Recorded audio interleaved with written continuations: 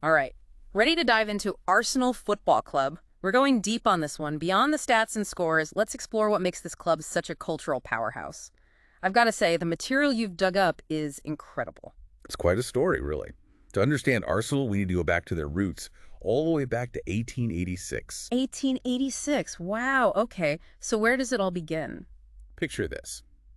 Southeast London, the Royal Arsenal in Woolwich. A group of munitions workers decide to form a team. They call themselves Dial Square. Dial Square. That's not a name you hear every day, especially in football. It sounds more like, I don't know, a clockmaker's shop or something. It does have a certain ring to it, doesn't it? But it speaks volumes about their origins. These were working-class lads, and this team, it was an extension of their camaraderie, their shared identity. So, from those humble beginnings, how do they go on to become the Arsenal we know today? There must have been some pivotal moments along the way. Oh, absolutely. For instance, they were pioneers in turning professional in 1891, a bold move back then. Wow, 1891, that's really early in the history of the game, wasn't it? It was a statement of intent, showing their ambition. And it paid off. They became the first Southern club to join the Football League in '93. So they were already making waves early on, and then there's that whole thing about them moving across London that couldn't have been easy. You're talking about the move to Highbury, right? Yeah, that was a game changer. 1913, they pack up and head north, creating this state-of-the-art stadium in the middle of these leafy North London suburbs. Bold move. Oh, absolutely. A real statement of intent. But it also, unintentionally, I'm sure, lit the fuse on one of football's fiercest rivalries. The North London Derby. Exactly. Suddenly, they're sharing a postcode with their new neighbors, Tottenham Hotspur. You can imagine how that went down. Talk about adding fuel to the fire. Sharing a city is one thing, but sharing a postcode with your arch rivals, those early matches must have been something else. Oh, I bet they were. But even with all the excitement of the move and the rivalry, something remarkable happened just a few years later. Enter Herbert Chapman, the man who would transform Arsenal from a good team into a great one. He arrived in the 1920s and had this revolutionary vision for the club, both on and off the pitch. Okay, so what did he do? Well, for starters, he understood branding before branding was even a thing. That iconic red and white kit, the one instantly recognizable around the world. Chapman. You're right, you see that shade of red and you immediately think of Arsenal. Exactly. And it wasn't just about looks, although he's a sharp dresser, from what I've read. Chapman was all about innovation. He introduced floodlights at Highbury. Think about it, night matches. Now that is revolutionary. It changed the game completely. But Chapman's brilliance, it went beyond even that. He was a tactical genius. The WM formation, a revolutionary system that's still studied today, that was him. Wow, so he really did leave his mark on the game as a whole. And speaking of leaving a mark, those Art Deco stands at Highbury legendary. Iconic. It's a shame his time was cut short. What happened? Sadly, he passed away unexpectedly in 1934. Pneumonia, I believe. But his legacy, oh, that lived on stronger than ever. His successors, Joe Shaw and George Allison, they'd been there with him, learning from the master. They carried the torch, guiding the club to even more success in the years that followed. It sounds like they were destined for greatness. They carried that winning mentality right through one of the most turbulent periods in history, you know. World War II. It cast a long shadow over everything, football included. Yeah. But even amidst the chaos and rebuilding, there was this spirit, this determination to keep the game alive. It's amazing how sport can do that, provide a sense of normalcy, of hope, even in the darkest of times. Absolutely. And for Arsenal, the post-war years saw the emergence of another giant, Tom Whitaker. Whitaker. He had been there with Chapman, you see, absorbing his knowledge, his methods. Some even called him the brains behind Chapman's Arsenal. By praise. So what kind of manager was he? Did he follow in Chapman's footsteps? He brought his own style, for sure. Whitaker had this incredible eye for talent, bringing in players who might have been overlooked by others, but who flourished under his guidance. So it was his eye for talent that set him apart. Well, that and his tactical flexibility. He knew how to get the best out of his players, wasn't afraid to experiment, but more than anything, he understood the importance of the club's identity, that attacking spirit that got fans on the edge of their seats. And did it work? I mean, taking over from a legend like Chapman must have been daunting. In 1948, they win the league again, their 7th title. Whitaker's Arsenal was a force to be reckoned with. Talk about a legacy. It's incredible how these figures emerged throughout Arsenal's history, shaping its destiny. But even with those highs, I imagine there were dips along the way. What about those quieter years when the trophies weren't flowing as freely? There were definitely some lean spells, Yeah. particularly after that '53 championship. Even bringing in a legend like Billy Wright as manager in the early '60s couldn't quite recapture that magic. Billy Wright, England captain, a true icon of the game. Exactly. But it goes to show, even with the best intentions, sometimes things just don't click. But here's the thing about Arsenal. They never stopped trying, never stopped believing. And in '66, they took a gamble. Oh, what did they do? They appointed their physiotherapist, Bertie Mee, as manager. Wait, they're physiotherapists? You're kidding. That's unheard of. It was a bold move, no doubt. A lot of people scratched their heads, wondered what the board was thinking. But Bertie Mee, he had this quiet determination about him, and he wasn't afraid to make bold decisions. One of his first moves, bringing in Don Howe as coach. John Howe, another big name in football. So they team up, this unlikely duo, and what happens? They start building. Slowly but surely, they assemble a squad capable of challenging for honors. It's like a recipe, isn't it? The right ingredients, the right mix, and suddenly, Boom. The 1970-71 season. the double. They did it. The league title and the FA Cup. The holy grail of English football. That's incredible. What a moment for the club to achieve something so rare, so coveted. It really was a defining era. It solidified their status, not just as a winning team, but as a team that could make history. You mentioned Highbury earlier, and it's such an iconic ground, steeped in history. What was it like during those glory days? Was it everything it was made out to be? Highbury wasn't just a stadium. It was a fortress, a cathedral of football. It had this aura, this energy that was palpable. Imagine those old stands, packed to the rafters, the roar of the crowd echoing across the pitch. It must have been electric. There's something special about those old grounds, that sense of history, of generations of fans sharing the same experience. But even those iconic stadiums, they have to move with the times, right? It's the double-edged sword of progress. Highbury, with all its charm, it was starting to show its age. And the demands of modern football, the need for bigger capacities, better facilities. It was a sign of the times. But before we get to that, let's talk about the years after the double. Maintaining that level of dominance, it's never easy. No, it's often harder than achieving it in the first place. So what happened? Did the success continue? The '70s were a roller coaster, to say the least. The team that won the double, they couldn't stay together forever. Players move on, retire. And a new generation comes in, hoping to live up to those legendary figures. Exactly.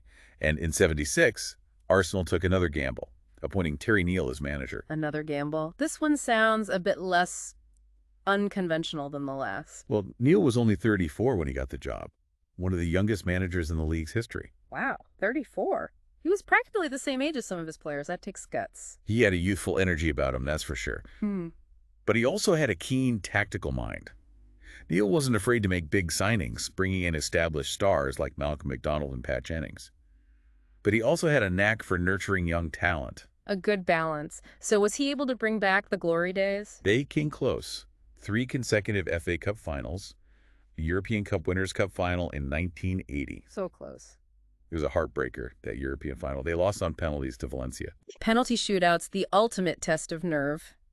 But they did win the FA Cup in '79. That final against Manchester United, I've heard stories. A true classic. Liam Brady running riot in midfield. A last-minute winner from Alan Sunderland. Arsenal and dramatic finishes, a match made in heaven. But it sounds like the late '70s, early '80s, it was another period of transition for the club. It was a time of searching for the right formula, the right identity. And that search led them to George Graham. George Graham. His return in '86, it was like a homecoming. He was a former player, knew the club inside out. One of their own. I bet the fans love that. So what was Graham's vision for Arsenal? Did he try to recapture the attacking flair of those earlier teams? Graham had his own ideas. He was a pragmatist, a believer in solid defense as the foundation for success. A bit of a shift in philosophy then. It ruffled some feathers, for sure. Some fans, they missed the free-flowing football of old. But Graham, he stuck to his guns. And in his first season back, they win the League Cup. A statement. So fans were won over. Winning has a way of doing that. And then came '89. '89? That rings a bell. The final game of the season. Against Liverpool. They needed to win, and they needed to win by 2 clear goals to snatch the title. No pressure then. It was a tense match. Back and forth, chances for both sides. And then, deep into stoppage time, Michael Thomas. He scored! You're kidding. The impossible happened. Arsenal were champions again. I bet that sent shockwaves through English football. That's what you call a grand finale. It was a remarkable achievement, and it wasn't a fluke. They won the league again in '91, a season where they only lost once. Imagine that. Dominant. They were on fire. They won the FA Cup and League Cup double in '93 and the European Cup Winners' Cup in '94. It was a golden age for the club. Back on top of the world. But you mentioned earlier about Graham's tenure ending in controversy. Sadly, yes. Mhm. There were some financial irregularities that came to light, Yeah. and Graham left the club under a cloud. That's a shame. It's always sad when a successful reign ends that way. But his legacy, those trophies, they can't be taken away. And it's interesting because, in a way, his emphasis on defensive solidity, it paved the way for what was to come next. And then came Arsene Wenger, a true turning point in Arsenal's story. 1996. Football, especially in England, was about to change forever. Arsene who? I remember those headlines. Even I didn't know much about him back then. He was this relatively unknown figure coming in from Japanese football. But what Wenger brought to Arsenal, it wasn't just about tactics, it was a whole new philosophy. Okay, so how did he transform the club? Everything from training methods and diet to youth development and scouting, Wenger revolutionized it all. It's easy to forget, with the benefit of hindsight, just how different his approach was. He was ahead of his time. Yeah. And of course, you can't talk about Wenger without mentioning the players he brought in. Vieira, Henry, Pires, the Invincibles. Those names are etched in Arsenal folklore. But how did he find these players that others seem to miss? Did he just have a magic touch? He had an incredible eye for talent, that's for sure. But it was more than just luck. Wenger had this vision, you see, of fast-paced attacking football. He needed players with the technical ability, the intelligence, and the stamina to execute his philosophy. And boy, did they execute it. That double in '98, his second season, then again in '02. It wasn't just about winning, it was the style, the beauty of that Arsenal team. Pure magic. They were playing a different kind of football, and the world was watching. People fell in love with the game all over again because of that Arsenal team. And then, 2003, 2004, the Invincibles. Unbeaten for an entire Premier League season. It's the stuff of legend. A feat never equaled.